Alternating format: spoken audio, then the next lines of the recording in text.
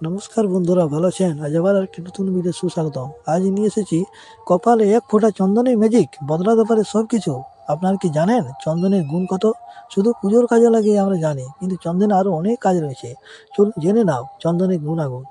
চন্দনের গুণাগুণ অজানা নয় কারো। আবার পূজার্চনার ক্ষেত্রে চন্দন অত্যন্ত প্রয়োজনীয়। কিন্তু হিন্দু ধর্মশাস্ত্রের মতে চন্দন খুবই পবিত্র। অনেকে কাজে বেরোনোর সময় কপালে চন্দনের টিপে পড়েন, বিশ্বাস করে তাতে মিলবে সাফল্য।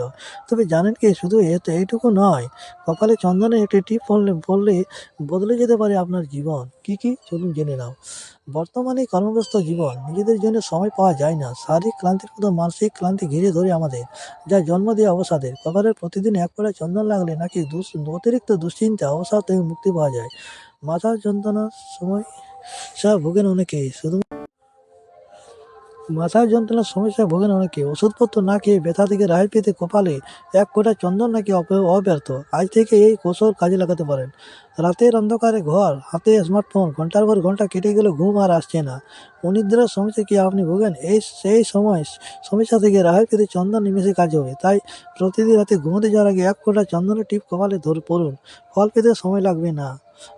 আপনি কোনো কাজে মন দিতে পারছেন না আর ফলে যা করতে চান তাহলে গন্ডগোল হচ্ছে, তাহলে আপনার সমস্যার সমাধান করতে পারে এক ফোঁটা চন্দন। অনেকে বলেন এক ফোঁটা চন্দন কপালে লাগানো বাড়তে পারে মনোসংযোগ। প্রচণ্ড গরমে বাড়ি থেকে বেরোতে ভয় পান অনেকেই, গরম থেকেও রেহাই দিতে পারে চন্দন। বাইরে বেরোনোর আগে কপালে এক ফোঁটা চন্দন নিন, তাতে অত্যধিক গরম থেকে রেহাই পাওয়া যেতে পারে। তাই পূজার সময় ছাড়া প্রতিদিন চন্দন ব্যবহারকে অভ্যাসে পরিণত করুন।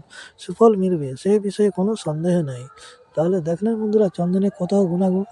এরকম ভিডিও পাওয়ার জন্য চ্যানেলটি অবশ্যই লাইক সাবস্ক্রাইব করতে ভুলবেন না, এবং ভালো লাগলে শেয়ার